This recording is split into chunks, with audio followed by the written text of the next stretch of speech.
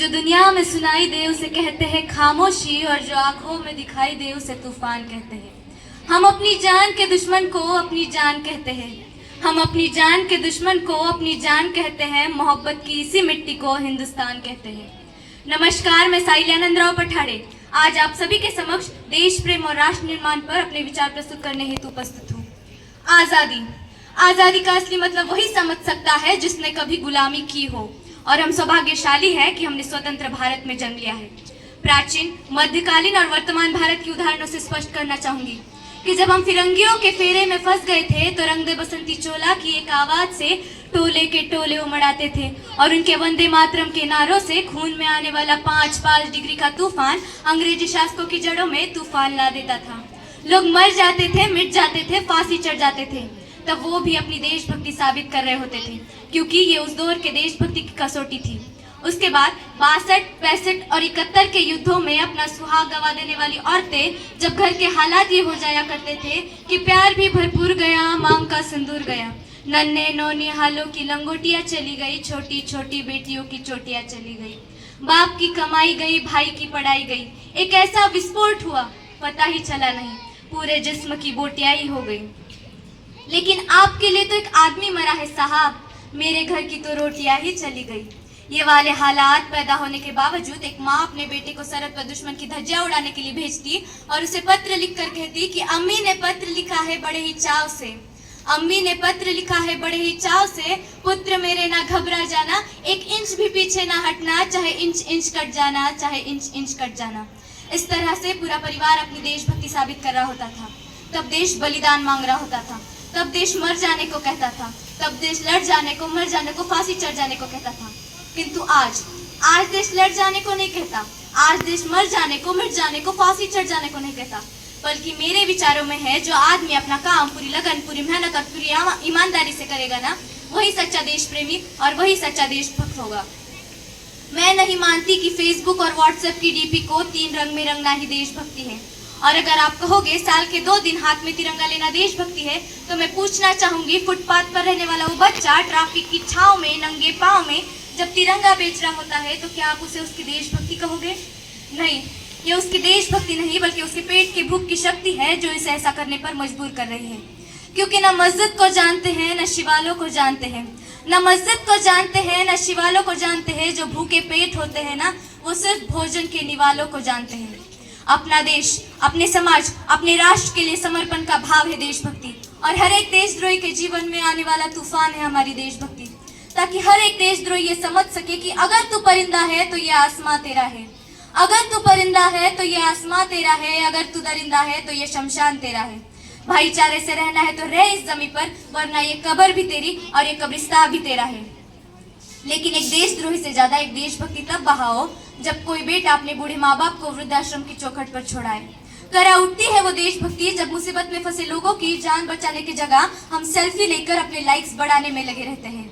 वो युवा जिसके ऊपर जिम्मेदारी है अपने देश, अपने समाज, अपने राष्ट्र की आशाओं को बांधे रखने की, वही युवा अपने कोमल उंगलियों के घर्षण मात्र से भावनाओं की इमोजी भेज रहा है। 4 बोतल वोडका, काम मेरा रोज का, ने भारत का भविष्य तबाह कर रखा है। और मैं बता दूं, महिला सुरक्षा के मामले में हम अभी भी 4थे नंबर पर आते हैं।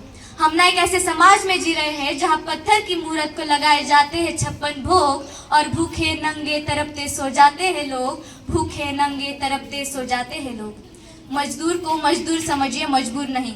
गरीब को काम दीजिए, दान नहीं। और अगर दान देने के इच्छुक है तो जीते जी रक्तदान दीजिए, और मरने के बाद अंगदान देकर मरते हुए को जीवन दान दीजिए। यही सच्ची देशभक्ति और यही सच्चा राष्ट्र प्रेम है। न सरकार मेरी है, न रब मेरा है, न सरकार मेरी है, न रब मेरा है, और ना ही ये बड़ा सा नाम मेरा है। बस इस बात का गुरूर है मैं इस भारत की हूँ और ये भारत मेरा है। परंतु एक वैचारिक बीमारी मुझे अपने समाज में नजर आती है। कहा जाता है हम दुनिया के सबसे बड़े लोकतंत्र हैं, जहाँ हिंदू पैदा होते हैं, मुसलमान पैदा होते हैं, सिख, क्रिश्चियन और ईसाई भी पैदा होते हैं, किंतु बदकिस्मती से अब इंसान पैदा नहीं होते। और मेरे विचारों में है, ना हिंदू की जरूरत है, ना मुसलमान की जरूरत है, ना हिंदू की जरूरत है, ना मुसलमान की जरूरत है। राष्ट्र निर्माण के लिए केवल और केवल अच्छे इंसान की जरूरत है। जरा सोचिए, ये पेड़ पौधे और शाखाएं भी परेशान हो जाए अगर परिंदे भी हिंदू और मुसलमान हो जाए। एक शैक्षणिक बीमारी भी मुझे अपने समाज में नजर आती है, और बड़े ही आश्चर्य की बात है, जिस देश ने दुनिया को तक्षशिला और नालंदा देकर विश्वविद्यालय की बुनियाद खड़ी की, आज दुनिया के 100 सर्वश्रेष्ठ विश्वविद्यालय में हमारा एक विश्वविद्यालय भी खड़ा नहीं हो पाता। जहाँ एक और हमारे पास IIT, IIM और NIT जैसी बड़ी बड़ी शिक्षण संस्थाएं हैं, वही दूसरी ओर देश के गरीबों को बेरोजगारी की जमात में खड़ा कर उनके हाथ में सर्व शिक्षा अभियान का ढिंडोरा पकड़ाया जाता है। और मैं बता दूं, इस शैक्षणिक बीमारी का केवल एक कारण वो है हमारी शैक्षणिक नीति, जो केवल 2 तरह के लोगों के लिए बनती है, एक वो जो विद्वान है और दूसरे वो जो धनवान है। इसी तरह की कई गजब की बीमारियां मुझे अपने समाज में नजर आती हैं, और इन बीमारियों की जड़ है वो है हमारा अंधविश्वास। जब तक हमारे देश का युवा अपनी सफलता के लिए मंदिरों में जा जाकर नारियल फोड़ फोड़ कर भगवान को रिश्वत लगाता रहेगा, जब तक हमारा वो शिक्षित वर्ग ही बिल्ली के रास्ता काटने पर खड़ा हो जाएगा, अपने धर्म अपनी जाति को ऊंचा मानकर दूसरों के धर्म की अवहेलना करता रहेगा, तब तक ना तो हमारे देश से अंधविश्वास खत्म होगा और ना ही हमारा राष्ट्र निर्माण संभव होगा। हमारी संस्कृति, हमारी सभ्यता को दुनिया ने शीश नवाया है, तो क्यों आस्था के नाम पर हमने अंधविश्वास को पाला है? और मेरे विचारों में है, हमारा राष्ट्र निर्माण तभी संभव होगा जब हमारे देश के महिलाओं की पूजा नहीं बल्कि उनकी इज्जत की जाएगी।